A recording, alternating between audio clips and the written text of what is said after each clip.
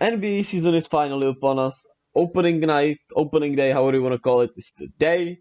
For me, tomorrow essentially, but it's 4 a.m. in the morning, so I'm calling it like today. And my Warriors played Lakers. Ring night, it's gonna be fun. And with that, obviously, there has to be some standing predictions.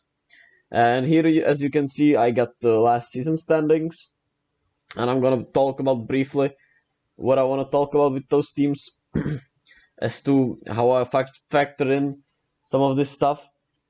First of all, I want to say I basically diverted the teams to the 4 teams that will be in the plains, the first 6 teams, and the last 5 teams.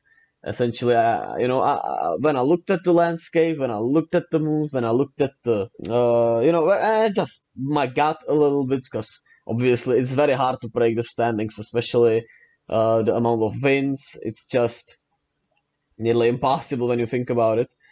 You gotta be, even when you follow everything, when you think you know everything, you're not gonna have it right. This is my gut prediction, essentially. Just how I feel about the teams, how I think they'll go, their season will go, and we can go look at my predictions. Here I have them written down in a basic as Word document, since I don't want to get more fancy. I just since it's a gut feeling. Essentially, I think the last 5 teams are fairly, set. There maybe could be some Houston, Portland surprise. I don't know, but I'm not expecting them to, you know, really be a playing team just as of yet, as of now, as of today. It's really hard for me to see these teams in the play-in even. Obviously, Portland and Sacramento is maybe gonna be a little controversial.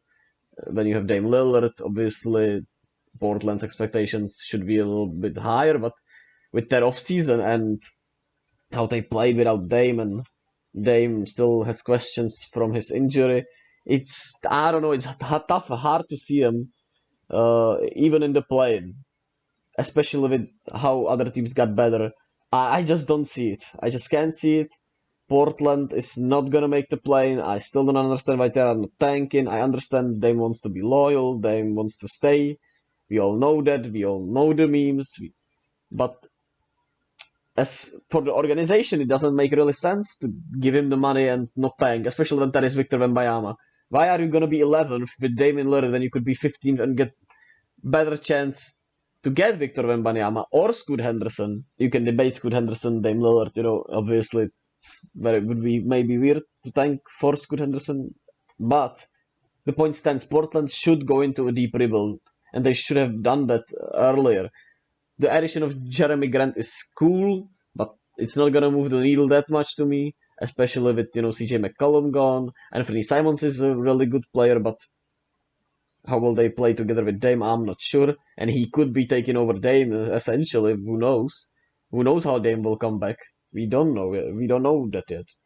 His injury was, I think he had some rib problems. I'm not exactly sure what they were, but it was very severe when you think about it. He played the Olympics with it. As for the other teams, Houston rebuilding, got some very nice young players. Jalen Green's gonna be awesome. We all know that Kevin Porter Jr. is tied up for another 4 years. I think he signed an extension yesterday. And yeah, they're just rebuilding. They're gonna get a high draft pick. They're gonna be fun to watch sometimes. Sometimes they might be frustrating. Jalen Green is gonna average about 20, 22 points per game to me. He seems like that guy. San Antonio, they're just gonna play San Antonio ball. They're gonna somehow get to more wins than Thunder just because it's San Antonio, because it's pop. They got some young pieces. Josh Primo showed some flashes.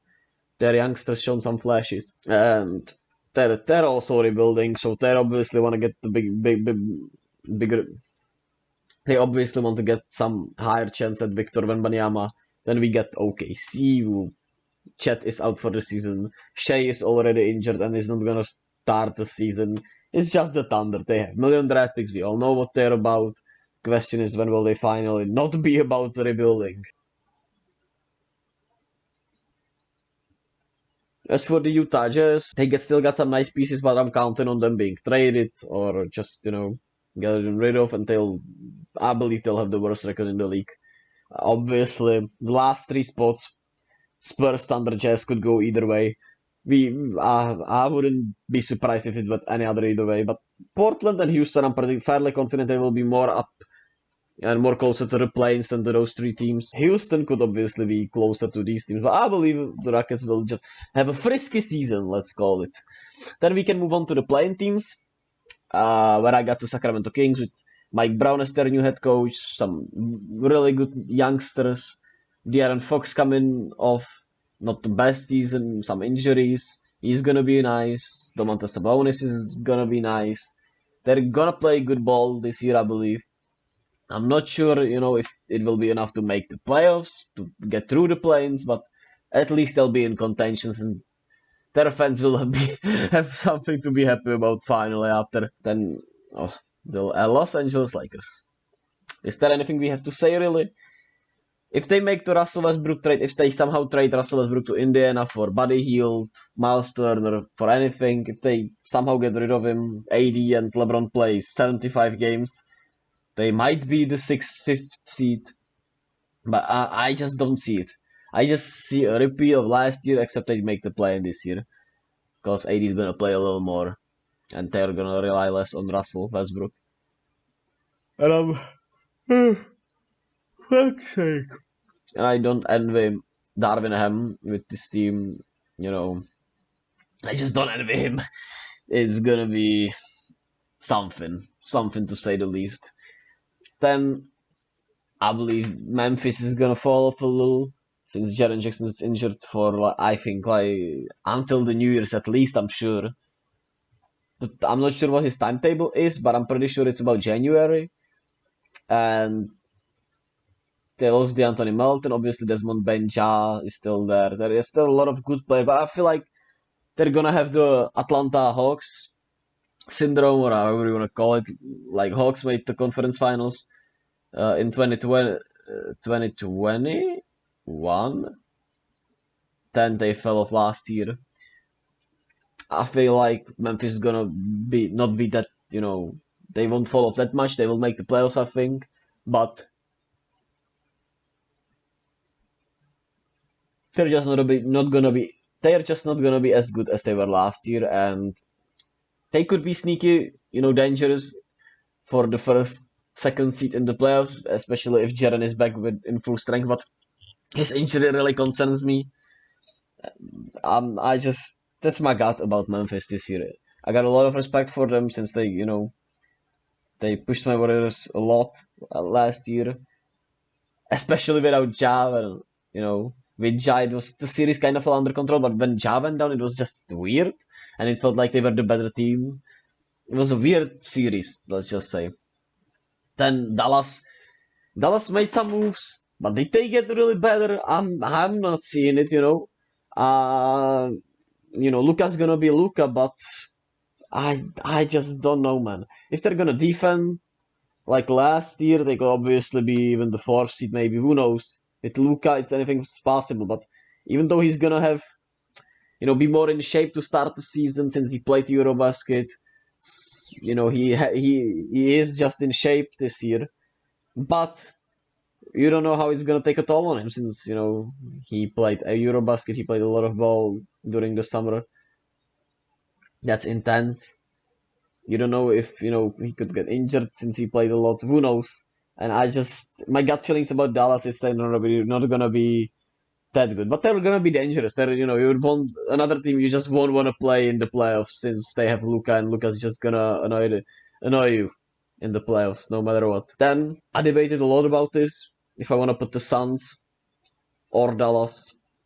Wasn't sure who I was gonna put 6th, but I went with the Suns since they were really good last regular season. I think they're gonna fall off a little, obviously, or maybe a lot since they won 64 games.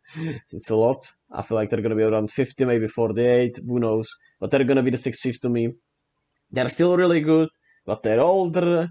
Their players are, DeAndre Ayton is with Monty Williams, it's just a weird situation to say the least. Then you also have Chris Paul getting older. Devin Booker, unless Devin Booker's gonna go, I don't know, some crazy mode, I feel like they're gonna be a 6th seed. There's not much to add there.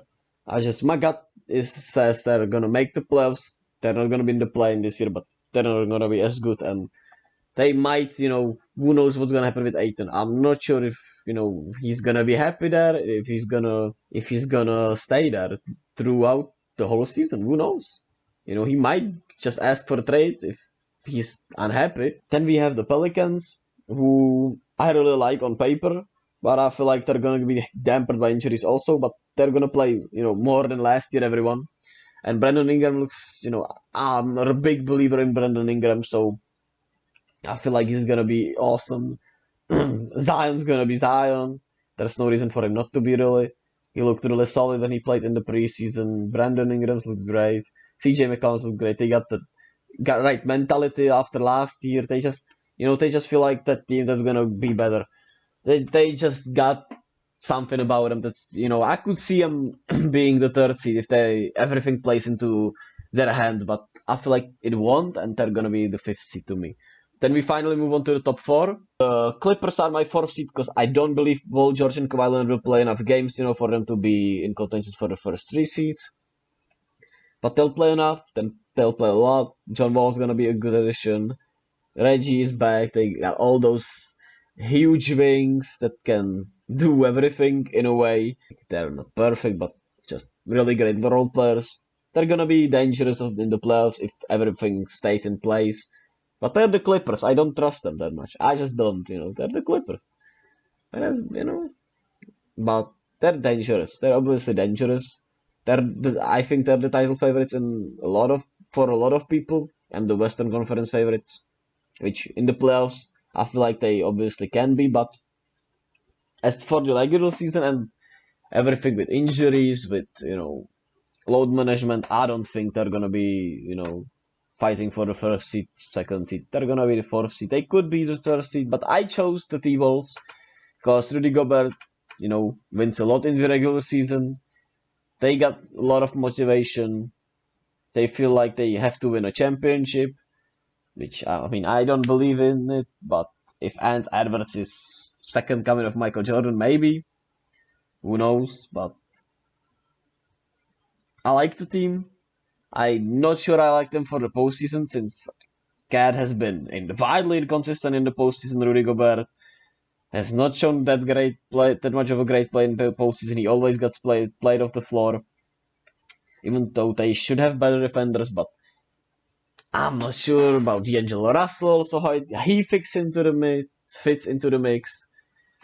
And I like the team for regular season. I'm just not sold on them completely. But I believe they're gonna be, really good in the regular season, and some people will be surprised by it. Maybe even that, oh my god, the T-Wolves are so good. I won't. That's my gut about them. But I don't trust them more than. I honestly don't trust them more than 4 through 8. I don't trust the T-Wolves more than the Clippers in the playoffs. I don't trust the T-Wolves more than the Pelicans in the playoffs. More than the Suns, Dallas, Memphis. I just don't. But for the regular season, sure, they will be served for me. Then my Warriors at number 2, with younger players getting another year in. Jonathan Kuminga, Moses Moody, James Wiseman finally healthy, looking really good in the postseason.